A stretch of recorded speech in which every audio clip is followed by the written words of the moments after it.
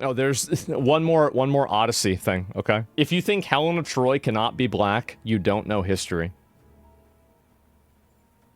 Here we go. Just for context, this is the lead up to the clip that's going viral. Apparently conservatives are freaking out over Christopher Nolan's casting choices for the upcoming epic, The Odyssey. None of these choices are actually, we don't know who's been cast. It's not finalized. Nolan literally confirmed the Helen of Troy casting 3 days before this in his Times Magazine interview. But they are flipping out. If you are a student of history, you know that scholars have debated for decades the extent to which Greek mythology and civilization were influenced by ancient Egypt and North Africa. The most simple Google search would instantly show you these direct quotes from Homer, describing Helen as white-armed and fair-haired. Homer literally names her ethnicity, calling her a Chian, the Bronze Age Greeks of mainland Greece, a southern European population with zero sub-Saharan ancestry. Homer also describes sub-Saharan Africans as a separate, distant people, the Ethiopians, the furthest of men. And this is the earliest surviving color depiction of Helen of Troy in human history.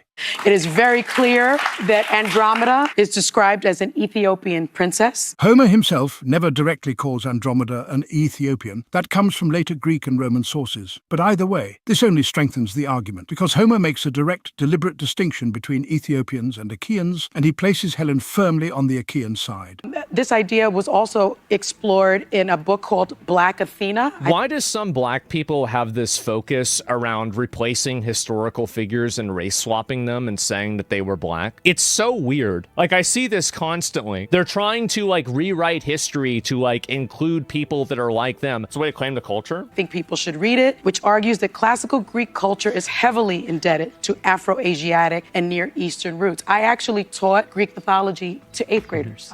And so that's the problem. It is very clear that Andromeda is described as an Ethiopian princess. And this is the person teaching kids about Greek mythology. Not one singular mention ever about this in the entirety of Homer's work. I covered this. That's the problem. And this is the thing, is that these people, they want to put their ideologies in education. They want to teach your kids this stuff. They literally want to rewrite history, race swap things, so they can make themselves look, I guess, like more historically relevant. Like, I don't even know what the term for that is. It's just so stupid.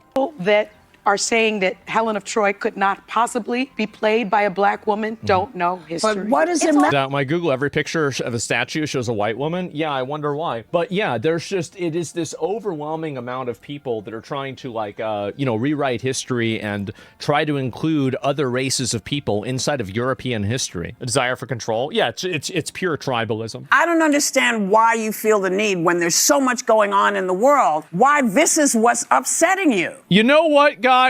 I think representation matters. I feel so I feel so validated right now. I remember my grandmother saying to me, I don't care what they tell you in school. Obama was white.